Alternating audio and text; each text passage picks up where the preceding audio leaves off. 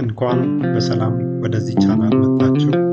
ለቻናሉ አዲስ የሆናችሁ ቻናሉን ሰብስክራይብ አድርጉ፣ ቪዲዮዎችንም ላይክ አድርጉ።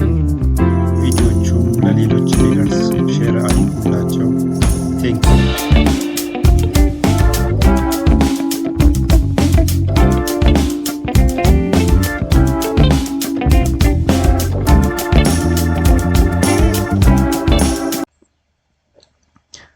የፕሮቴስታንት አብያተ ክርስቲያናት አካባቢ እየታዩ ያሉ ችግሮች። የፕሮቴስታንት ቤተ ክርስቲያን የተመሰረተችባቸው የተሃድሶ ነጥቦች ግልጽና አሳማኝ ስለሆኑ የተሃድሶ ነጥቦቹ ያሳመናቸው ሰዎች በየስፍራው አብያተ ክርስቲያናትን መትከል ጀመሩ። ይህም አሰራር የፕሮቴስታንት አብያተ ክርስቲያናት እንደ ኦርቶዶክስና ካቶሊክ አብያተ ክርስቲያናት በአንድ መዋቅር ስር እንዳይሰባሰቡ አደረገ። ይህ ሁኔታም በፕሮቴስታንት ቤተ ክርስቲያን ላይ ብዙ በጎና መጥፎ አጋጣሚዎችን ፈጥሯል።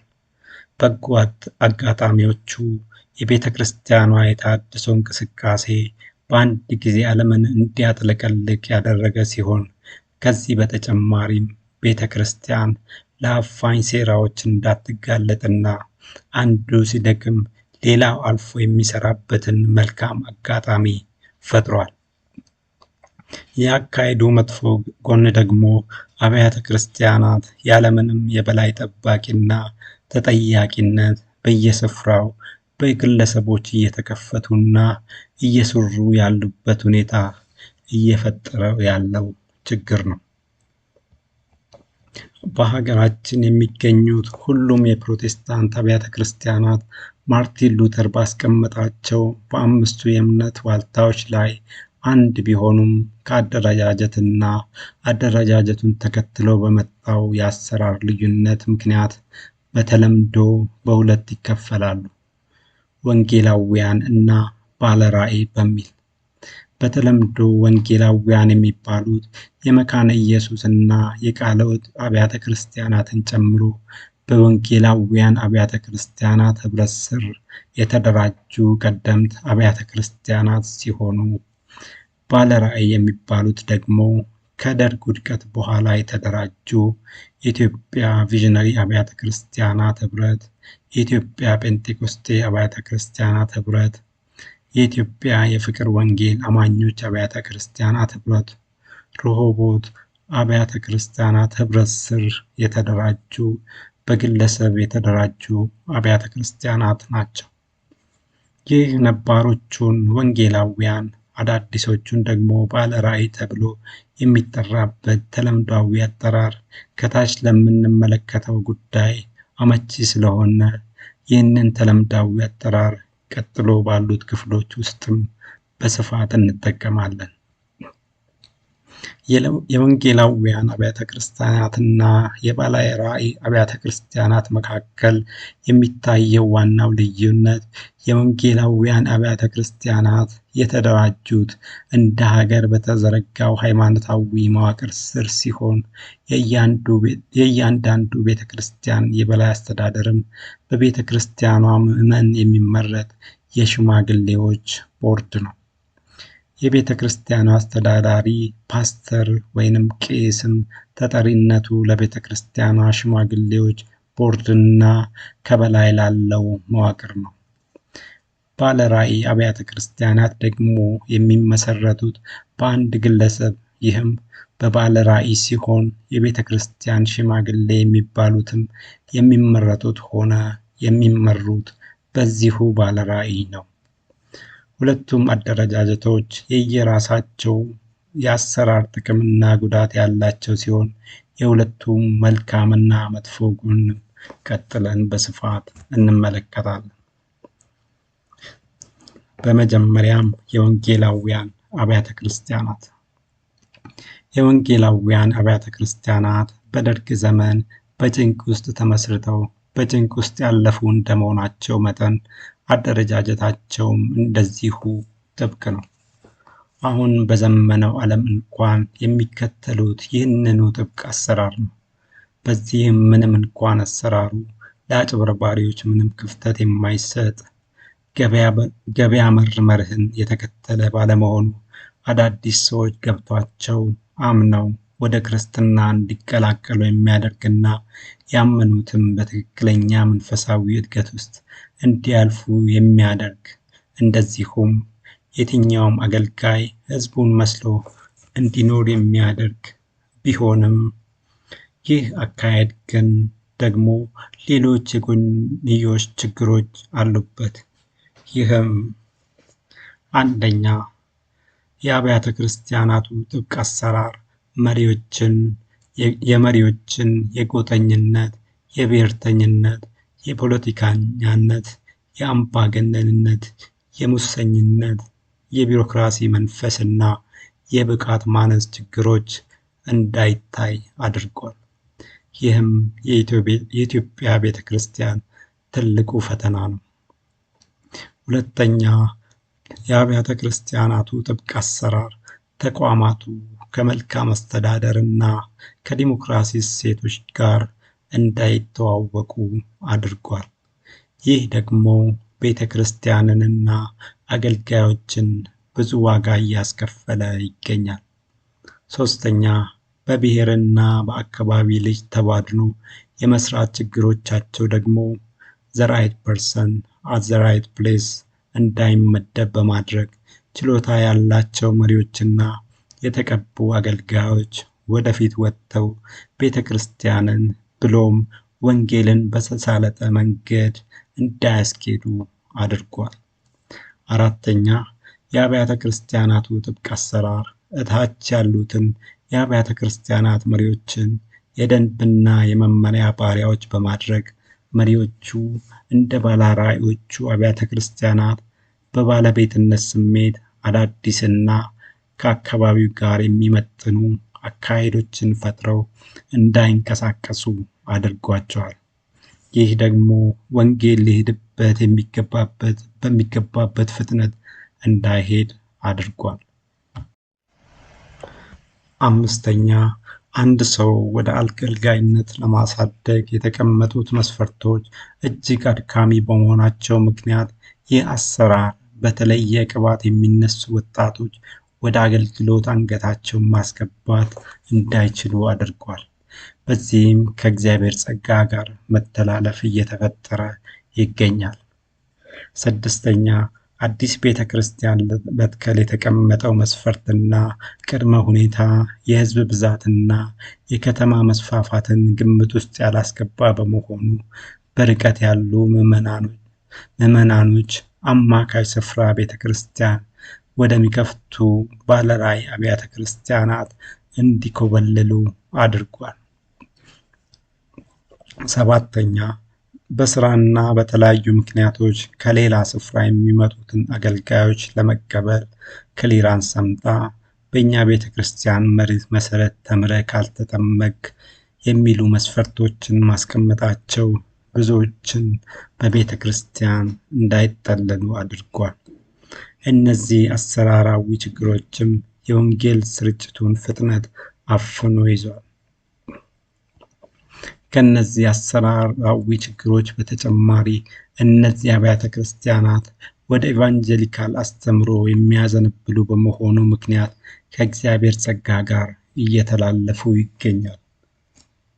እነዚህ አብያተ ክርስቲያናት በተለይ እንደነ ሙሉ ወንጌል የመሳሰሉት ሀገር በቀል ቀደምት ካሪዝማቲክ አብያተ ክርስቲያናት ሳይቋቋሙ በፊት ልክ እንደ ማርቲን ሉተር የመንፈስ ቅዱስ የጸጋ ስጦታዎችን በሙሉ ሲከለክሉ ነበር። ይሁን እንጂ እነዚህ አብያተ ክርስቲያናት ሳይስተዋል በሂደት በተወሰነ መጠን የመንፈስ ቅዱስ ጸጋ ስጦታዎችን ወደ መቀበል እያዘነበሉ መጥተዋል። በዚህም በእነዚህ አብያተ ክርስቲያናት አስቀድሞ ሲከለከሉ የነበሩት አዲስ ቋንቋ፣ የነቢያት አገልግሎት፣ የፈውስ አገልግሎት የሚባሉት በእምነት መገለጫቸው ባይደገፍም በአብያተ ክርስቲያናቱ ውስጥ ሲተገበሩ ይታያል። ይሁን እንጂ እስካሁን ድረስ አገልጋዮችን በነቢይነትና በሐዋርያነት ጸጋ ሲሾሙ ግን አይታይም። አብያተ ክርስቲያናቱ ግን እንደዚህ በስውርም ይሁን በይፋ ከእግዚአብሔር ጸጋ ጋር እሰጥ አገባ ውስጥ መግባታቸው ከእግዚአብሔር ጋር መተላለፍን ከመፍጠር ባለፈ ትልቅ ዋጋን እንደሚያስከፍላቸው እሙን ነው። በአዲስ ኪዳኑ ዘመን አማኞች አማኝ በመሆናቸው ምክንያት የሚሰጣቸው ጸጋ አለ። እንደዚሁ መንፈስ ቅዱስም አማኞችን ለተለያዩ አገልግሎቶች በተለያዩ ጸጋዎች እንደሚቀባ መጽሐፍ ቅዱሱ በተለያዩ መንገዶች ይነግረናል። ዮሐንስ 14:12 እውነት እውነት እላችኋለሁ በእኔ የሚያምን እኔ የማደርገውን ሥራ እርሱ ደግሞ ያደርጋል፣ ከዚህም የሚበልጥ ያደርጋል። ማርቆስ 16:17-18 ያመኑትም እነዚህን ምልክቶች ይከተሏቸዋል። በስሜ አጋንንትን ያወጣሉ፣ በአዲስ ቋንቋ ይናገራሉ፣ እባቦችን ይይዛሉ፣ የሚገድልም ነገር ቢጠጡ አይጎዳቸውም፣ እጃቸውን በድውዮች ላይ ይጭናሉ፣ እነርሱም ይድናሉ። ሐዋርያት ሥራ 2:17-19 እግዚአብሔር እንዲህ ይላል፣ በመጨረሻው ቀን እንዲህ ይሆናል፣ ሥጋ በለበሰ ሁሉ ላይ ከመንፈሴ አፈሳለሁ፣ ወንዶችና ሴቶች ልጆቻችሁም ትንቢት ይናገራሉ፣ ገበዞቻችሁም ራእይ ያያሉ፣ ሽማግሌዎቻችሁም ሕልም ያልማሉ። ደግሞም በዚያች ወራት በወንዶችና በሴት ባሪያዎቼ ላይ ከመንፈሴ አፈሳለሁ፣ ትንቢትም ይናገራሉ። ድንቆችም በላይ በሰማይ ምልክቶችንም በታች በምድር እሰጣለሁ፣ ደምም እሳትም የጢስም ጭጋግም ይሆናል። ሐዋርያት ሥራ 10:44-46 ጴጥሮስም ይህን ነገር ገና ሲናገር ቃሉን በሰሙት ሁሉ ላይ መንፈስ ቅዱስ ወረደ። ከጴጥሮስ ጋር የመጡት ሁሉ ከተገረዙት ወገን የሆኑ ምዕመናን በአሕዛብ ላይ ደግሞ የመንፈስ ቅዱስ ስጦታ ስለፈሰሰ ተገረሙ። በልሳኖች ሲናገሩ እግዚአብሔርንም ሲያከብሩ ሰምተዋቸዋልና። አንደኛ ቆሮንቶስ 14:12 እንዲሁ ደግሞ እናንተ መንፈሳዊ ስጦታን በብርቱ የምትፈልጉ ከሆናችሁ ቤተ ክርስቲያንን ለማነጽ እንዲበዛላችሁ ፈልጉ። አንደኛ ቆሮንቶስ 12:7-12 ነገር ግን መንፈስ ቅዱስን መግለጥ ለእያንዳንዱ ለጥቅም ይሰጠዋል። ለአንዱ ጥበብን መናገርን በመንፈስ ይሰጠዋልና፣ ለአንዱ በዚያው መንፈስ እውቀትን መናገር ይሰጠዋል፣ ለአንዱም በዚያው መንፈስ እምነት፣ ለአንዱም በአንዱ መንፈስ የመፈወስ ስጦታ፣ ለአንዱ ተአምራትን ማድረግ፣ ለአንዱ ትንቢትን መናገር፣ ለአንዱም መናፍስትን መለየት፣ ለአንዱም በልዩ ልሳን መናገር፣ ለአንዱም በልሳኖች የተነገረውን መተርጎም ይሰጠዋል። ይህን ሁሉ ግን ያው አንዱ መንፈስ እንደሚፈቅድ ለእያንዳንዱ ለብቻው እያካፈለ ያደርጋል። አካልም አንድ እንደሆነ ብዙም ብልቶች እንዳሉበት፣ ነገር ግን የአካል ብልቶች ሁሉ ብዙዎች ሳሉ አንድ አካል እንደሆኑ ክርስቶስ ደግሞ እንዲሁ ነው። ያዕቆብ 5:14-15 ከእናንተ የታመመ ማንም ቢኖር የቤተ ክርስቲያን ሽማግሌዎችን ወደ እርሱ ይጥራ፣ በጌታም ስም እርሱን ዘይት ቀብተው ይጸልዩለት። የእምነትም ጸሎት ድውዩን ያድናል፣ ጌታም ያስነሳዋል። ኃጢአትንም ሰርቶ እንደሆነ ይሰረይለታል። እነዚህ እውነታዎችም የሚያሳዩት የመንፈስ ቅዱስ ጸጋ ስጦታዎች ያልተቋረጡ መሆኑንና የእግዚአብሔርን ጸጋ አለመቀበል ክርስቲያናዊ አለመሆኑን እንመለከታለን። ከሁሉ በላይ ደግሞ በእነዚህ ወንጌላውያን አብያተ ክርስቲያናት ሰዎችን በሐዋርያነት መሾም የማይታሰብ ነገር ሆኖ ነው የሚታየው። ይሁን እንጂ የሐዋርያነት ጸጋ በበጉ ሐዋርያት ብቻ የተወሰነ ጸጋ አይደለም። መጽሐፍ ቅዱሱ ላይ ከ12ቱ የበጉ ሐዋርያት በኋላ ብዙ ሰዎች በሐዋርያነት ተቀብተዋል። ጳውሎስና በርናባስ፣ የጌታ ወንድም ያዕቆብ፣ አድራኒቆንና ዩልያን መጥቀስ ይቻላል። አሁንም ሰዎች በዚህ ጸጋ እንደሚቀቡ መጽሐፉ ይመሰክራል። በዚህም የቤተ ክርስቲያን ሥራ መሆን ያለበት ይህንን ጸጋ መግፋት ሳይሆን ሰዎች በዚህ ጸጋ ሲቀቡ መርምሮ በመለየት በጸጋቸው ማሳደግ ላይ ብቻ መሆን ነበረበት። ለቤተ ክርስቲያን የጸጋ ስጦታዎች ያስፈለጉት በምክንያት ነው። አንዱ ሲጎድል አብሮ የሚጎድል ነገር አለ። ከመንፈስ ቅዱስ አሰራር ጋር መቃረን ደግሞ ዋጋ ያስከፍላል፣ የወንጌልንም መስፋፋት ይይዛል። ይህ የወንጌላውያን ጽንፍ የያዘ የኢቫንጀሊካል አካሄድ ስህተት ነው። ሁለቱም ጽንፎች ይህም የፔንቴኮስታሊዝም ሆነ የኢቫንጀሊካል ጽንፈኛ አካሄድ ስህተት ነው። ትክክለኛው መንገድ ያለው በሁለቱ ጽንፎች መካከል ያለ ሚዛናዊ ቦታ ነው። በአጠቃላይ ስንመለከት ወንጌላውያን አብያተ ክርስቲያናት አካባቢ የሚታዩት ችግሮች በዋናነት የአሰራርና ከእግዚአብሔር ጸጋ ጋር የመተላለፍ ችግሮች መሆናቸውን እንመለከታለን። ባለራዕይ አብያተ ክርስቲያናት ባለራዕይ አብያተ ክርስቲያናት አካባቢም ብዙ መልካምና ጎጂ አሰራሮችን እንመለከታለን። ከመልካም አሰራሮች ብንነሳ የቤተ ክርስቲያን መስራቾች ቆራጥ ታጋይ መሆናቸውና በዚህም በቤተ ክርስቲያናቸውና በአካባቢያቸው ባሉ አማኞች ላይ ብዙ መነቃቃትን መፍጠራቸው፣ ሰዎች ወደ ቤተ ክርስቲያን እንዲመጡ ሰፊ የቅስቀሳ ሥራ መስራታቸው፣ ብዙ የተዳከሙና ግራ የተጋቡ አማኞችን በማነሳሳት ወደ ቤተ ክርስቲያን እንዲመለሱ ማድረጋቸው፣ ከሌላ ስፍራ የሚመጡ ምዕመናንን ክሊራንስ አምጣ እኛ አስተምረን ካላጠመቅንህ ሳይሉ መቀበላቸው፣ በቀላል መስፈርቶች ሰዎችን ወደ አገልግሎት ማምጣታቸው፣ ወንጌልን በሳተላይት ዲሽ ለመጀመሪያ ጊዜ እንዲሰራጭ ትልቅ መነሳሳት መፍጠራቸው የአብያተ ክርስቲያናቱ በጎ አስተዋጽኦዎች ናቸው።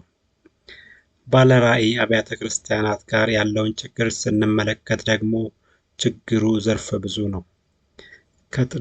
ከጥቂቱ አንቱ ከተባሉት ጥቂት ባለራዕይ አብያተ ክርስቲያናት ውጭ ያሉት አብዛኞቹ ባለራዕይ አብያተ ክርስቲያናት የተቋቋሙት ሆነ እየሰሩ ያሉት የግል ጥቅምን ማዕከል አድርገው ነው። በዚህም ቤተ ክርስቲያን የመሪነት ችሎታ በሌላቸው፣ ለራሳቸው ሳይማሩ ሌላውን ለማስተማር በተነሱ፣ ለራሳቸው ሳይታነጹ ሌላውን ለማነጽ በተነሱ፣ ለራሳቸው ሳይቀደሱ ስለ ቅድስና በሚያስተምሩ ወሮ በሎች ስትመሰረትና ስትመራ እየተመለከትን ነው። በዚህም ባለራዕይ አብያተ ክርስቲያናት አካባቢ ብዙ ችግሮች እየታዩ ያሉ ሲሆን እነዚህ ችግሮችም አጠቃላይ የፕሮቴስታንት ቤተ ክርስቲያንን ከማጠልሸት ባለፈ ለወንጌል መስፋፋትም እንቅፋት እየሆነ ይገኛል። እነዚህ የባለራዕይ አብያተ ክርስቲያናት አካባቢ ያሉት የተበላሹ አሰራሮች የፈጠሯቸውን ስህተቶች፣ ችግሮችና ምስቅልቅሎች ስንመለከት፣ አንደኛ ስያሜያቸው የተሳሳተ ነው። ሁለተኛ የቤተ ክርስቲያንን ባለቤትነት ከእግዚአብሔር ወደ ግለሰብ አውርዷል። ሶስተኛ ሐሰተኛ ነቢያትና ሐዋርያት እንደ አሸን እንዲፈሉ አድርገዋል። አራተኛ ኢክርስቲያናዊ አሰራሮችን አስፋፍተዋል። አምስተኛ ኢክርስቲያናዊ አስተምሮችን አስፋፍተዋል። ስድስተኛ ቤተ ክርስቲያንን የወንበዴ ዋሻ አድርገዋል። ሰባተኛ አገልጋዮች ያለ አቅም እንዲወጠሩ አድርገዋል። ስምንተኛ ቤተ ክርስቲያንን አዋርደዋል። ቀጥሎ በስፋት ቀርቧል። በመጀመሪያም ስያሜያቸው የተሳሳተ መሆኑን የባለ ራዕይ አብያተ ክርስቲያናት ችግር ባለ ራዕይ ከሚለው ስያሜ ይነሳል። ስያሜውም ሁለት መሠረታዊ ችግሮችን ይዟል። የመጀመሪያው ችግር አንደኛ ሳሙኤል 9:9 ዛሬ ነቢይ የሚባለው ቀድሞ ባለ ራዕይ ይባል ነበርና አስቀድሞ በእስራኤል ዘንድ ሰው እግዚአብሔርን ለመጠየቅ ሲሄድ ኑ ወደ ባለ ራዕይ እንሂድ ይባል ነበር እንደሚለው ባለ ራዕይ የሚባለው አሰራር ድሮ የቀረ የነቢይ መጠሪያ ስም እንጂ ቤተ ክርስቲያንን መስራች ማለት አይደለም። ባለ ራዕይ የሚለው ቃልም የሚያሳየው ባለቤትነትን ነው። የቤተ ክርስቲያን ባለቤት ደግሞ እግዚአብሔር እንጂ ሰው አይደለም። የቤተ ክርስቲያን ባለቤቱ እግዚአብሔርም ለቤተ ክርስቲያን የሰጠው ራዕይ ወይንም ቪዥን ወንጌልን ለዓለም ሕዝብ ማድረስ የሚል ሲሆን እያንዳንዱ አገልጋይም የሚያገለግለው በዚህ ራዕይ ስር በተቀመጠው በታላቁ ተልእኮ ስር ሚሽነሪ በመሆን ነው። ዛሬ እያንዳንዱ አገልጋይ የሚሰራው ስራ የተጀመረውን ስራ የማስቀጠል ስራ እንጂ አዲስ ራዕይ አዘጋጅቶ አዲስ ስራ የሚጀምርበት አሰራር አይደለም። ይህ ትውልድ ይቅርና የፕሮቴስታንት ተሐድሶን ወደ ሀገራችን ያስገቡት እንኳን ሚሽነሪዎች እንጂ ቪዥነሪዎች አልነበሩም። ታላቁ ተልእኮ የሚባለው ማቴዎስ 28 ከ19 እስከ 20 ላይም ሂዱና የሚለው ቃል ይህንኑ የሰዎችን በባለራዕይነት ሳይሆን በሚሽነሪነት አገልግሎት መነሳት እንዳለባቸው የሚያመለክት ቃል ነው። አንዳንዶቹ ከዚህ ሐሳብ ጋር ላለመጋጨት ሲሉ የቃሉን አተረጓጎም ለውጥ በማድረግ ባለ ራዕይ የሚለውን ቃል ይህንን ቤተ ክርስቲያን በዚህ ስፍራ እንድተክል ራዕይ ተሰጥቶኝ ነው በሚለው ሲያስተካክሉ ይታያል።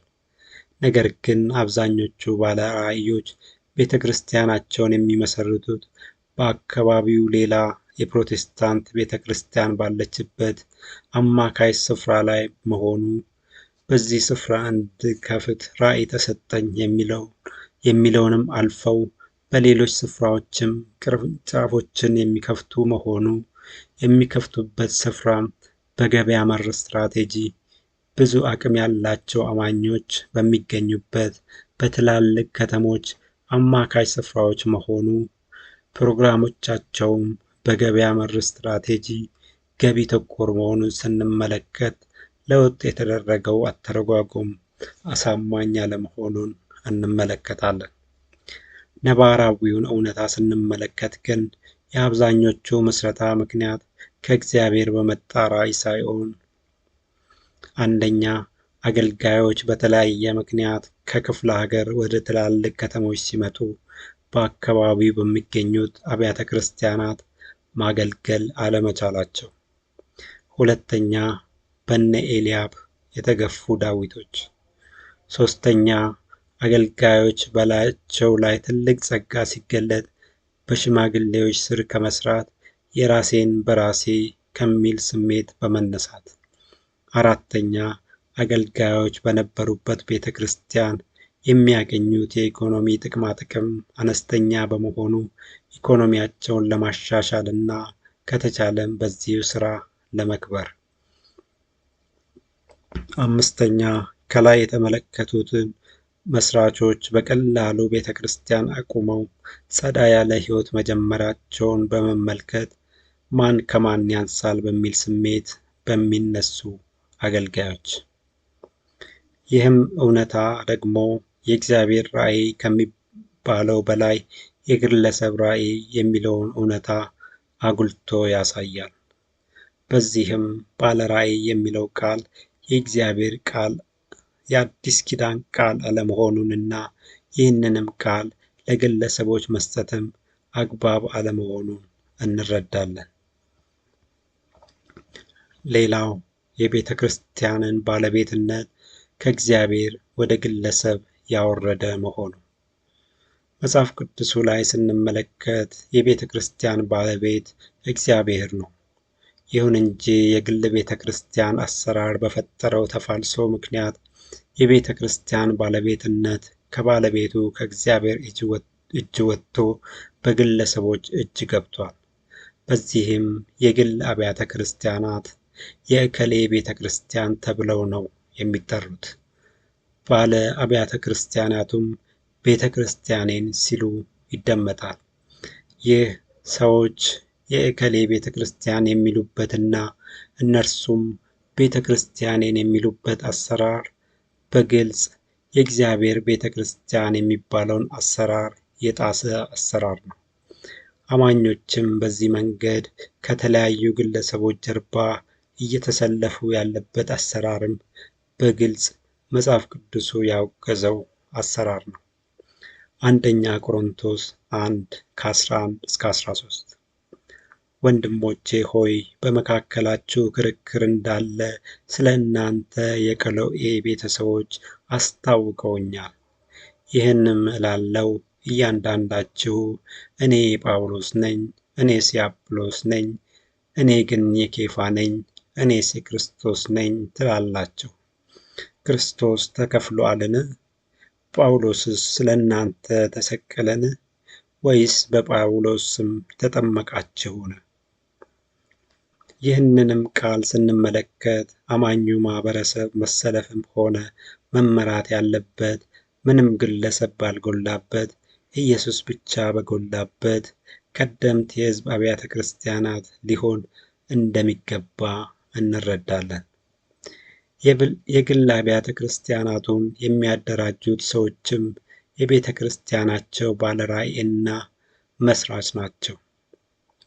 ከላይ እንደተመለከትነው የቤተ ክርስቲያን ባለራዕይ እግዚአብሔር እንጂ ግለሰብ ሊሆን አይችልም። እንደዚሁ ከታች እንደቀረበው የቤተ ክርስቲያን መስራች ደግሞ ኢየሱስ ብቻ ነው። በኢየሱስ መሰረት ላይ 12 ነቢያት ተመሰረቱ። በእነሱ ላይ ደግሞ አማኞች። አንደኛ ቆሮንቶስ 3:11 ከተመሰረተው በቀር ማንም ሌላ ሊመሰርት አይችልምና እርሱም ኢየሱስ ክርስቶስ ነው። አንደኛ ቆሮንቶስ 3:10 እስከ 11 የእግዚአብሔርን ጸጋ እንደተሰጠኝ መጠን እንደ ብልሃተኛ የአናጺ አለቃ መሰረትን መሰረቱ፣ ሌላው በላዩ አንጻል። እያንዳንዱ ግን በእርሱ ላይ እንዴት እንዲያነጽ ይጠንቀቅ። ከተመሰረተው በቀር ማንም ሌላ መሰረት ሊመሰርት አይችልምና እርሱ ኢየሱስ ክርስቶስ ነው። ኤፌሶን 2:20 በሐዋርያትና በነቢያት መሰረት ላይ ታንጻችኋል፣ የማዕዘኑም ራስ ድንጋይ ክርስቶስ ኢየሱስ ነው። በዚህም ዛሬ ላይ ምንም አዲስ የሚመሰረት መሰረትም ሆነ መስራች የለም፣ በሌላ መንፈስ የሚመሰረት መሰረት ካልሆነ በቀር። በእርግጥ መስራቾቹ ቤተ ክርስቲያናቸውን ሲመሰርቱ በነበሩበት ቤተ ክርስቲያናቸውን እንዲመሰርቱ ተመርቆ አልወጡም፣ የጎሪጥ እየተያዩ እንጂ። እንደዚሁ ቤተ ክርስቲያናቸውን ሲተክሉ በአካባቢ ባሉ አብያተ ክርስቲያናት ዌልካም አይባሉም፣ በቆረጣ ከመተያየት ውጪ። በዚህም የግል አብያተ ክርስቲያናቱ የሚመሰረቱት በጎሪጥና በቆሪጥ መንፈስ መሆኑን እንመለከታለን። በአጠቃላይ ስንመለከት የግለሰቦች አብያተ ክርስቲያናት የእከሌ ቤተ ክርስቲያን የሚባልበት አሰራር፣ ባለ አብያተ ክርስቲያናቱም ቤተ ክርስቲያኔን የሚሉበት አሰራር፣ የቤተ ክርስቲያን ባለ ራዕይ እግዚአብሔር ሆኖ ሳለ ግለሰቦች ባለ ራዕይ የሚሆኑበት አሰራር፣ የቤተ ክርስቲያን መስራች ኢየሱስ ሆኖ ሳለ ግለሰቦች የቤተ ክርስቲያን መስራች የሚሆኑበት አሰራር፣ የግል አብያተ ክርስቲያናቱ ባለቤቶች መስራቾችና ባለራዕዮችም የቤተ ክርስቲያናቸው ዋልታና ማዕከል ሆነው የሚታዩበትን አሰራር ስንመለከት የግል አብያተ ክርስቲያናቱ ቤተ ክርስቲያን ሳይሆኑ ሌላ የግለሰብ ሃይማኖታዊ ተቋም መሆናቸውን፣ ምዕመናኖቻቸውም የኢየሱስ ተከታዮች ሳይሆኑ የግለሰብ ተከታዮች መሆናቸውን ያሳያል። ስለዚህም የግል አብያተ ክርስቲያናት ምዕመናን ከግለሰብ ተከታይነት ወደ ኢየሱስ ተከታይነት ሊመለሱ ማሰብ የሚገባቸው ጊዜ ላይ ይገኛሉ። መጽሐፍ ቅዱሱም ከየት እንደወደቅ አስብ እንደሚለው እነዚህ ምዕመናንም ከየት እንደወደቁ ከወዲሁ ሊያስቡ ይገባል። ሌላው የግል አብያተ ክርስቲያናት አሰራር የፈጠረው ችግር ሐሰተኛ ነቢያትና ሐዋርያት እንደ አሸን እንዲፈሉ ማድረጉ ነው። አንድ ሰው እንደ ልቡ በሚያሽከረክረው የባለ ራዕይ አብያተ ክርስቲያናት አካባቢ መስራቹ ከመሬት ተነስቶ ራሱን ነቢይ ነኝ ወይንም ሐዋርያ ነኝ የሚልበት አሰራር ሃይ ባይ የሌለው የተለመደ አሰራር ነው። በመጽሐፍ ቅዱሱ አሰራር አንድ ሰው በራሱ ተነስቶ ራሱን አይሾምም። ወይ ምዕመናን በጾምና በጸሎት ቆይተው ከዚያም መንፈስ ቅዱስ ይህንን ሰው ለዚህ አገልግሎት ለዩልኝ ይላል። ወይ ደግሞ የቤተ ክርስቲያን ሽማግሌዎች ወይንም አማኙ ማህበረሰብ የአገልጋዩን ፍሬ በመመልከት አገልጋዩን ወደ አንድ የአገልግሎት ዘርፍ እንዲያዘነብል ያደርጉታል። ባለ ራዕይ አብያተ ክርስቲያናት አካባቢ ግን ሁሉም ነገር የሚታወቀው የንግድ ፍቃዱ ወጥቶ ፖስተር መለጠፍ ሲጀምር ብቻ ነው። ይህ የግል አብያተ ክርስቲያኑ አካባቢ ተመለከተው በፈለጉት ሹመት ራስን በመሾም የማስተዋወቅ አሰራር ደግሞ ሐሰተኛ ነቢያትና ሐዋርያት በየቦታው እንዲፈለፈሉና ሕዝቡን እንዲያሳስቱ ሰፊ በር ከፍቷል። ሕዝቡም ትክክለኛውንና ሐሰተኛውን የሚለይበትን ዕውቀት ስለሌለው ዛሬ ማንም ተነስቶ ራሱን በፈለገው ሹመት ቢሾም የሚቃወመው ሰው የለም። ሕዝቡ ካለበት የዕውቀት እጥረት የተነሳም ይህ ነቢይ የተናገረው ትንቢት አልተፈጸመም፣ ይህ ነቢይ በሽተኛ መድኃኒት አስጥሎ ሰውየው እንዲሞት አድርጓል፣ ይህ ነቢይ ሀገሪቱ ወደ አዘቅት እየወረደች ሳለ አዲስ ዓመት በመጣ ቁጥር ለኢትዮጵያ የከፍታ ዘመን ነው ሲል ነበረ። ስለዚህ ይህ ነቢይ ሐሰተኛ ነቢይ ነው አይልም። የመጽሐፍ ቅዱሱ ነቢያትና ሐዋርያት ለሁላችሁም እተነብያለሁ ብለው ሲታበዩ ነበር ወይስ ትንቢት የሚናገሩት ከሰማይ ሲወርድላቸው ብቻ ነበር? የትንቢት ኮንፍራንስ በማለት ትንቢት የሚወርድበትን ጊዜ ፕሮግራም ሲያስይዙ ነበር ወይስ ትንቢት የሚወርደው በእግዚአብሔር ሐሳብ ነው በማለት እንደ እግዚአብሔር ሐሳብ ሲንቀሳቀሱ ነበረ? ከመጽሐፍ ቅዱሱ ወይስ ከሰማይ ልንገራችሁ በማለት አማኙን ሲያወዛግቡት ነበረ ወይስ ሁለቱንም አዋህደው ሲናገሩ ነበረ? ሚራክል መኒ አስገባችኋለሁ እያሉ ለምን ለራሳቸው ይህንን ገንዘብ ማውረድ አቅቷቸው ከሕዝቡ ገንዘብ ይሰበስባሉ? እዚህ ውስጥ 5 ሰዎች ይታዩኛል። የስልክ የመጨረሻ ዲጂት 80 የሆነ የጫማ ቁጥርሽ 37 የሆነ አይነት ሕዝብ መሃል ድንጋይ ወርውሮ የወረወርኩት ድንጋይ አንድ ሰው እንኳን ቢሆን ሳይመታ አይቀርም አይነት የግምት ትንቢት ሲናገሩ ነበር ወይስ እርግጠኛ የሆነ ትንቢት ተቀብለው ለየባለቤቱ ሲያደርሱ ነበረ? ርግማን መስበር የሚባል አዲስ የጸሎት አይነትና መጽሐፍ ቅዱሱ ቆላስይስ 1 ከ13 እስከ 14 ላይ እርሱ ከጨለማ ስልጣን አዳነን እያለ እርግማን ክርስቲያኖችን እንዴት ያገኛል? ሰው እርግማን ይኑርበትና አይኑርበት እንዴት ያውቃል? እርግማኑ ይሰበር አይሰበር እንዴት ይረጋገጣል? የመጽሐፍ ቅዱሱ ሐዋርያትና ነቢያት እርግማን መስበር ላይ ሲጸልዩ ነበር የሚሉ ብዙ ጥያቄዎችን የሚያጭሩ አገልግሎት ነበራቸው ወይስ ግልጽና ተጨባጭ በሆነ አገልግሎት ሲያገለግሉ ነበረ። የቀድሞ ነቢያትና ሐዋርያት የ666 መንፈስ ባልተገለጠበት በሚገለጥበት ጊዜም የሚሰራው ለ7 ዓመታት ብቻ መሆኑ እየታወቀ እና በሚገለጥበት ጊዜም ክርስቲያኖችን የሚያሸንፍ መሆኑ እየታወቀ የ666 መንፈስ ማውጣት ስራ ሲሰሩ ነበረ ወይስ በመጽሐፍ ቅዱሱ አውድ ሲንቀሳቀሱ ነበረ? ከመጽሐፍ ቅዱሱ አንድ ጥቅስ እየመዘዙ እጃችሁን አንሱ፣ አሜን በሉ፣ ተቀብያለሁ በሉ፣ ሆኖልኛል በሉ፣ አጠገብ ያለውን ሰው እንዲህ በለው በማለት ፕሮግራም ሲያሟሙቁ ነበረ ወይስ በቀጥታ የወረደ መልእክትን ለባለቤቱ ለይተው ሲነግሩ ነበረ? ጠላቴ ሆይ ስማ እያሉ ከሰይጣን ጋር ሲያወሩና ሲፎክሩ ነበረ ወይስ ሰይጣንን ሲገስጹ ነበረ?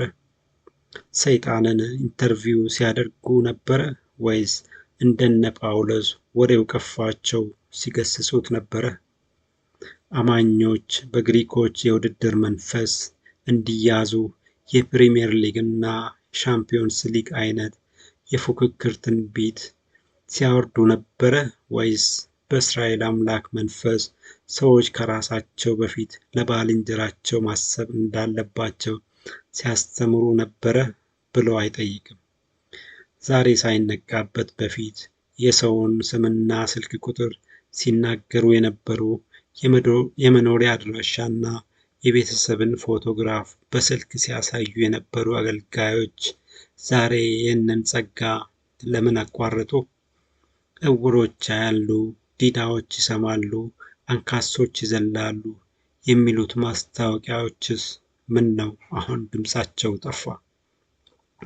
እንደ ብሉይ ኪዳን ዘመን በጠርሙስ ሙሉ ዘይት ራስ ላይ ማፍሰስ ስርዓትስ ለምን አቋረጡ ብሎ እንኳን አያገናዝብም።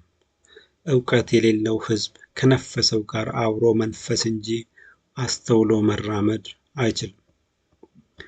ዛሬ የግል አብያተ ክርስቲያናት አካባቢ በተፈጠሩ ትልቆ መሳፍርት ሐሰተኛ ነቢያት ምክንያት ብዙ አማኞች ብዙ የሐሰት ትንቢቶችን ተሸክመው አንዱም ሳይፈጸምላቸው በየጓዳው ከእግዚአብሔር ጋር ተኳርፈው ተቀምጠዋል። ሌሎች ደግሞ በተነገራቸው ሐሰተኛ ትንቢት ትዳራቸውን፣ ስራቸውን፣ ኑሯቸውን አጥተዋል። ሌሎች ደግሞ ሐኪም ያዘዘላቸውን መድኃኒት ትተው ያለ ቀናቸው እስከ ወዲያኛው አሸልበዋል። ሌሎች ደግሞ የፕሮቴስታንት እምነት ትክክል አይደለም ብለው ወደ ነበሩባቸው የሃይማኖት ተቋማት ተመልሰዋል። በቃሉ መጥተው በሐሰተኛ ነቢያቱና ሐዋርያቱ የውሸት ትንቢትና ተአምራት ምክንያት ወደ ኋላ ተመልሰዋል። ዛሬ ላይ ከአራጴውና ከግራጴው ውጭ ያለው አብዛኛው ቆራጴ ማህበረሰብ ትንቢት ለመስማት ፈቃደኛ አይደለም። ብዙ አማኞችም በእውነተኛና ሐሰተኛ ትንቢቶች መካከል ላለመቸገር ሲሉ ምንም ትንቢት እንዲነገረኝ አልፈልግም፣ እግዚአብሔር ዋና ዋና ትንቢቶችን በመጽሐፍ ቅዱስ በኩል ተናግሯል፣ ስለ እኔ ደግሞ እግዚአብሔር በራሱ ጊዜ የሚፈልገውን ያደርግልኛል በማለት ትንቢት የሚባል ነገር መስማት እንደማይፈልጉ ሲናገሩ ይሰማል። የፕሮቴስታንት አብያተ ክርስቲያናት ፔንቴኮስታል ወይንም ኮንቲኒዌሽናሊስት እና ኢቫንጀሊካል ወይንም ሴሴሽኒስት ተብለው በሁለት እንደሚከፈሉት ሁሉ የጴንጤቆስጤ መንገድ በግል አብያተ ክርስቲያናቱ ሐሰተኛ ነቢያትና ሐዋርያት እንደዚህ ውዥንብር ውስጥ የወደቀበት ሁኔታ ለወንጌላውያኑ የአሸናፊነት መንፈስ ሲያላብስ፣ በተቃራኒው ደግሞ ጴንጤቆስጤውን አንገት አስደፍቷል። ይህ ደግሞ የኢትዮጵያ ክርስትና በሁለት አስተምሮች መካከል ሚዛናዊ ቦታ እንዳይዝ እና ወደ ጽንፈኛው የወንጌላውያኑ ሴሴሽኒስት መንገድ እንዲያጋድል እያደረገ ይገኛል። የሐሰተኛ ነቢያት ችግር ዛሬ የፕሮቴስታንት ቤተ ክርስቲያንን ፈተና ውስጥ የከተተ ችግር ነው። ይህ ችግር ደግሞ የኢትዮጵያ አብያተ ክርስቲያናት ችግር ብቻ አይደለም፣ አጠቃላይ አፍሪካን የገጠመ ችግር ነው። አፍሪካ ውስጥ ሐሰተኛ ነቢያት የበዙበት ዋናው ምክንያትም ሥራ አጥ ሰዎች ሥራ ለመፍጠር ራሳቸውን አደራጅተው በነቢይነት ሥራ በመሰማራታቸው፣ ሕዝቡ ደግሞ ከድህነትና ከበሽታ ለመገላገል ያለው ጉጉት እና ትውልዱ መጽሐፍ ቅዱስ የማያነብ ከመጽሐፍ ቅዱሱ የተፋታ ትውልድ በመሆኑ ምክንያት ነው። በእነዚህ ምክንያቶችም አፍሪካ ለሐሰተኛ አገልጋዮች በከፍተኛ ሁኔታ የተጋለጠች ሲሆን፣ ክርስትናም በታሪኩ ውስጥ አፍሪካ ውስጥ ትልቅ ውርደት ደርሶበታል። ይህንንም እውነታ በመመልከት ብዙ ፖለቲከኞች ትዝብታቸውን ሲናገሩ ይሰማል። ታዋቂው ኬንያዊው ጠበቃና አክቲቪስት ሉሙምባ የአፍሪካ ክርስትና ትልቁ ችግር ፌክ ሚራክል ነው ብለዋል። የዚምባብዌ ፕሬዝዳንት የነበሩት ሮበርት ሙጋቤም ሃቭ ዩ ሲን ኤ ፓስተር ፐርፎርሚንግ ሚራክልስ ኢን ሆስፒታል? ኖ ቢኮዝ ሆስፒታልስ ሃቭ ሪል ሲክ ፒፕል ኖት አክተርስ እንዳሉ ይነገርላቸዋል። በእርግጥ ሐሰተኛ ነቢያቱንና ሐዋርያቱን ችግረኞች ባሉበት ሐኪም ቤቶች፣ የአእምሮ ህሙማን ማዕከላትና የግብረ ሰናይ ድርጅቶች ማዕከላትን ዞር አይሉ። ምክንያቱም እዚያ ያሉት አክተሮች ሳይሆኑ ትክክለኛ ችግረኞች ናቸውና። እነዚህ ሐሰተኛ ነቢያትና ሐዋርያት እየፈጠሩ ያሉት ችግር ደግሞ ለአጠቃላይ የፕሮቴስታንት ቤተ ክርስቲያንና ለወንጌል መስፋፋት ሥራ እንቅፋት እየሆነ ይገኛል። ሌላው የግል አብያተ ክርስቲያናት ችግር ኢክርስቲያናዊ አሰራሮችን ማስፋፋታቸው ነው። የባለ ራዕይ አብያተ ክርስቲያናት በሚከተሉት የካፒታሊዝሙ የገበያ መር ስትራቴጂ መሰረት ቤተ ክርስቲያንን የሚተክሉት የገንዘብ አቅም ያላቸው አማኞች በብዛት በሚገኙበት ቦታ ነው። እንደዚሁ አገልግሎታቸውም የሚያተኩረው የሕዝብ የልብ ትርታን ብቻ በመመልከት በትንቢት ፈውስና ተአምራት ላይ ብቻ ነው። እነዚህ አሰራሮችም ኢክርስቲያናዊ አሰራሮች ናቸው። አንደኛ፣ ባለ ራዕይ አብያተ ክርስቲያናት በሚከተሉት ገበያ መር ስትራቴጂ ቤተ ክርስቲያን የሚከፍቱት ሰፊ ገበያ፣ ይህም ትልቅ የገንዘብ አቅም ያላቸው ብዙ አማኞች በሚገኙባቸው ትልቅ ከተሞች አማካይ ቦታዎች ላይ ነው። ይህ አሰራርም ኢሳይያስ 61:1 የጌታ የእግዚአብሔር መንፈስ በእኔ ላይ ነው፣ ለድሆች የምሥራች እሰብክ ዘንድ እግዚአብሔር ቀብቶኛልና፣ ልባቸው የተሰበረውንም እጠግን ዘንድ፣ ለተማረኩትም ነፃነትን፣ ለታሰሩትም መፈታትን እናገር ዘንድ ልኮኛል። ቃል መንፈስ ጋር ተቃራኒ ነው። ተቃራኒነት የሚመጣው ደግሞ ከተቃራኒው መንፈስ ነው።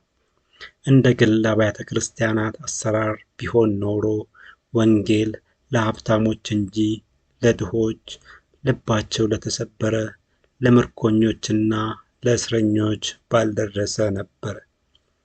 ሁለተኛ፣ አብያተ ክርስቲያናቱ አዳዲስ ግንባሮችን ከመጋፈጥ ይልቅ የሚያተኩሩት ነባር ክርስቲያኖችን ከአንዱ ቤተ ክርስቲያን ወደ ሌላው በማፍለስ ሥራ ላይ መሆኑ። ይህ አማኞችን ከአንዱ ቤተ ክርስቲያን ወደ ሌላው የማገላበጥ አሰራርም አማኞች በአንድ ቤተ ክርስቲያን እንዳይወሰኑና በየጊዜው ከሚመጣው አዲስ ነቢይ ጋር እንዲሮጡ በማድረግ ብዙ አማኞች ቤተ ክርስቲያን የሌላቸው፣ አድራሻ የሌላቸው፣ ከነፈሰው ጋር የሚነፍሱ በዋል ፈሰስ ክርስቲያኖች እየሆኑ ይገኛሉ። በዚህም ባለ ራዕይ አብያተ ክርስቲያናት አዳዲስ ነፍሳትን ማዳን ይቅርና ነባር አብያተ ክርስቲያናትን እየበተኑ ያሉበትን ሁኔታ ነው የሚታየው። ይህ ደግሞ የተቃርኖ አሰራር ነው። የተቃርኖ አሰራርም የሚመጣው ከተቃራኒው መንፈስ መሆኑ ግልጽ ነው። ሶስተኛ፣ የግል አብያተ ክርስቲያናቱ ያላቸውን የገንዘብ ኃይል ተጠቅመው ከወንጌላውያኑ አብያተ ክርስቲያናት ውስጥ ጠንካራ አገልጋዮችን እያፈለሱ ይገኛል። በዚህ ድርጊታቸውም ብዙ ቦታዎች ላይ ወንጌላውያኑን እየቦረቦሩና እየበተኑ ይገኛል። ይህ ቤተ ክርስቲያንን የመበተን አጀንዳ ደግሞ የማን አጀንዳ እንደሆነ ማንም አይስተው። አራተኛ፣ የግል አብያተ ክርስቲያናቱ በትንቢት በተአምራትና ፈውስ አገልግሎት እንጂ በመማርና ማስተማር ወንጌልን በማስፋፋት ሥራ ላይ አለማተኮራቸው አራት መሠረታዊ ችግሮችን እየፈጠረ ይገኛል። ይህ አካሄድ አብያተ ክርስቲያናቱ የዋናውን የታላቁ ተልእኮ አካል እንዳይሆኑ አድርጓቸዋል።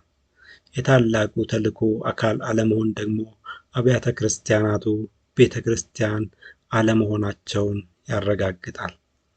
ሌላው ይህ አካሄድ ምዕመኑ በእግዚአብሔር ቃል ላይ ምንም ዕውቀት እንዳይኖረው በማድረግ ኢየሱስ የሞተው ለፈውስ ተአምራትና ትንቢት ብቻ በማስመሰል ምዕመኑ የኢየሱስን አዳኝነት በሙላት እንዳይጠቀምበት እያደረገ ይገኛል።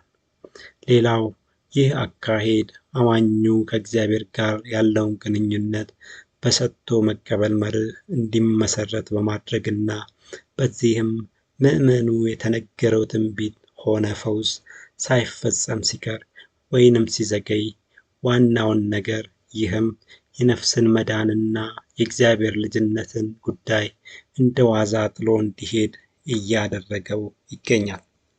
መጽሐፉ ሆሴዕ 4:6 ላይ ሕዝቤ ዕውቀት ከማጣቱ የተነሳ ጠፍቷል እንደሚለው በዚህ የግል አብያተ ክርስቲያናቱ አካሄድ ምክንያት ስንቱ እንደ ዋዛ ጠፍቷል።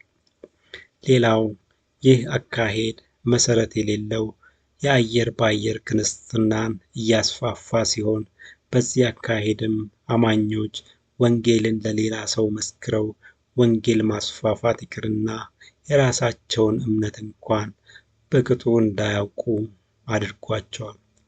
መጽሐፉ አንደኛ ጴጥሮስ 3:15 ላይ በእናንተ ስላለ ተስፋ ምክንያት ለሚጠይቋችሁ ሁሉ መልስ ለመስጠት ዘወትር የተዘጋጃችሁ ሁኑ የሚለው ቃል ቀርቶ አማኙ የራሱንም ክርስትና እንኳን በዓለት ላይ መመስረት እንዳይችል አድርጎታል። በዚህም ባለራዕይ አብያተ ክርስቲያናት የኢየሱስ አጠቃላይ አዳኝነት እንዳይታይ አማኙ በእግዚአብሔር ላይ እንዳይጣበቅ በማድረግ ሽባ ክርስቲያኖችን እንዲባዙ እያደረገ ይገኛል። አምስተኛ፣ የባለ ራዕይ ቤተ ክርስቲያን የሚመሰረተው በአንድ ግለሰብ መሆኑና የቤተ ክርስቲያኗ ባለቤትም ይኸው ግለሰብ መሆኑ ቤተ ክርስቲያን የክርስቲያኖች ኅብረት ከመምሰል ይልቅ የግለሰብ ድርጅት ወይንም ፒኤልሲ ብሎም ሱቅ የሚያስመስል የቤተ ክርስቲያንን ክብር የሚያወርድ መጽሐፍ ቅዱሱ የሚያወግዘው የእገሌ ቤተ ክርስቲያን አሰራርን የሚፈጥር አሰራር ሆኖ ነው የሚታየው። የባለ ራዕይ ቤተ ክርስቲያን እስትንፋስ ያለችው በባለ ራዕዩ እጅ በመሆኗ የቤተ ክርስቲያኗ ዕጣ ፈንታም የሚወሰነው በባለ ራዕዩ ነው። ባለ ራዕዩ ከታመመ፣ ከሞተ፣ ከክርስትናው ከደከመ ወይ ደግሞ ሃይማኖቱን ከቀየረ ቤተ ክርስቲያኗም እንደዚያው ነው የምትሆነው። በዚህም ሕዝቡ የግል ቤተ ክርስቲያንን የእከሌ ቤተ ክርስቲያን በማለት ሲጠራ ስህተትነት የለበትም።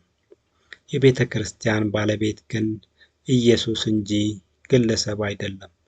ኢየሱስም ስለ ቤተ ክርስቲያን ሲናገር ቤተ ክርስቲያኔን አለ እንጂ የጳውሎስ ወይንም የአጵሎስ ወይንም የኬፋ ቤተ ክርስቲያን አላለም። ይህ የተወገዘ አሰራር ግን ዛሬ ላይ ተቀድሶ በገሃድ የእገሌ ቤተ ክርስቲያን ሲባል ይታያል። በዚህም የክርስቶስ ተከታይ የነበሩ ብዙ አማኞች ከክርስቶስ ተከታይነት ወደ ግለሰብ ተከታይነት ወርደዋል። የፕሮቴስታንት ቤተ ክርስቲያን በመጀመሪያ ተሐድሶውን ባንቀሳቀሱ ሀገራት ውስጥ ከ2 እና 3 ትውልድ አልፋ መንቀሳቀስ ያልቻለችባቸው ምክንያቶች ውስጥ አንዱ ምክንያት ይኸው የቤተ ክርስቲያን ባለቤትነት ወደ ግለሰብ ባለቤትነት ወይንም ፒኤልሲ የወረደበት ችግር ነው። 6ኛ ባለራዕይ አብያተ ክርስቲያናት በሚከተሉት ገበያ መር ስትራቴጂ ምክንያት ቤተ ክርስቲያናቸውን ለማስተዋወቅና በአካባቢያቸው ካሉት ከሌሎች የፕሮቴስታንት አብያተ ክርስቲያናት በላይ ጎልተው ለመታየት ሲሉ በሚለቁት ከፍተኛ ድምፅ ምክንያት የፕሮቴስታንት ቤተ ክርስቲያን ሰፈር ረባሽ የእምነት ተቋም እያደረጓት ይገኛል። ይህ መንፈስ ደግሞ የበዓል ነቢያት መንፈስ ነው። ጥናቶች እንደሚያሳዩት ከፍተኛ ድምፅ የሕፃናትንና የአራሶችን የማዳመጥ የማስተዋልና የማስታወስ አቅምን ይጎዳል። አዋቂ ወንዶችን ለመካንነት ያጋልጣል። ሴቶችን ደግሞ የአእምሮ ዝግመት ያለባቸው ሕፃናትን እንዲወልዱ ያደርጋል። ኢትዮጵያ ውስጥ ሕግ አስፈጻሚው አካል ደካማ በመሆኑ ምክንያት እንጂ በድምፅ ብክለት ብቻ ብዙ አብያተ ክርስቲያናት ይዘጉ ነበር። ለምሳሌ ዶች ቬለ አፍሪካ ኖቬምበር 28 2025 ላይ በሰራው ዘገባ ሩዋንዳ ውስጥ በተደረገ የአሰሳ ጥናት በአንድ ወር ውስጥ ብቻ 4000 አብያተ ክርስቲያናት failing to comply with health and safety regulations በሚል ምክንያት ተዘግተዋል። 7ኛ የግል አብያተ ክርስቲያናቱ ብራንች እየከፈቱ ሲሄዱ ብራንቹን የሚመሩት አገልጋዮች የሰውን ራዕይ ከማስፈጸም ይልቅ የራሳቸውን ራዕይ ወደ ማዘጋጀት ስለሚገቡ በየቦታው እንደሚታየው የብራንች አብያተ ክርስቲያናቱ መሪዎች በብራንች አብያተ ክርስቲያናቸው ላይ የራሳቸውን ፍቃድ እያወጡ ከዋናው ቤተ ክርስቲያን እየተገነጠሉ ይገኛል። በዚህ ምክንያትም የግል አብያተ ክርስቲያናት ባለራዕዮችና የብራንቾች መሪዎች በማያቋርጥ ሽኩቻና ክስ ውስጥ እንዲኖሩ አድርጓቸዋል። ይህ ደግሞ ቤተ ክርስቲያንን የጭቅጭቅ ቦታ አድርጓታል። በአጠቃላይ ስንመለከት የግል አብያተ ክርስቲያናት አካሄድ ወንጌል ለሀብታሞች እንጂ ለችግሮች እንዳይደለ፣ ነባር አብያተ ክርስቲያናትን እየበተኑ እንዳለ፣ የታላቁ ተልዕኮ አካል እንዳልሆኑ፣ አማኙ የኢየሱስን አዳኝነት በሙላት እንዳይጠቀምበት እያደረጉ እንዳለ፣ አማኞች ዋናውን የክርስትና እምብርት የሆነውን የነፍስ መዳንና የእግዚአብሔር ልጅነትን እንዳይመለከት እያደረጉ እንዳለ፣ የአየር ባየር ክርስትና እያስፋፉ እንዳለ፣ ሰዎችን ከክርስቶስ ተከታይነት ወደ ግለሰብ ተከታይነት እያወረዱ እንዳለ፣ ቤተ ክርስቲያንም ረባሽ እና የጭቅጭቅ ቦታ እያደረጉ እንዳለ እንመለከታለን።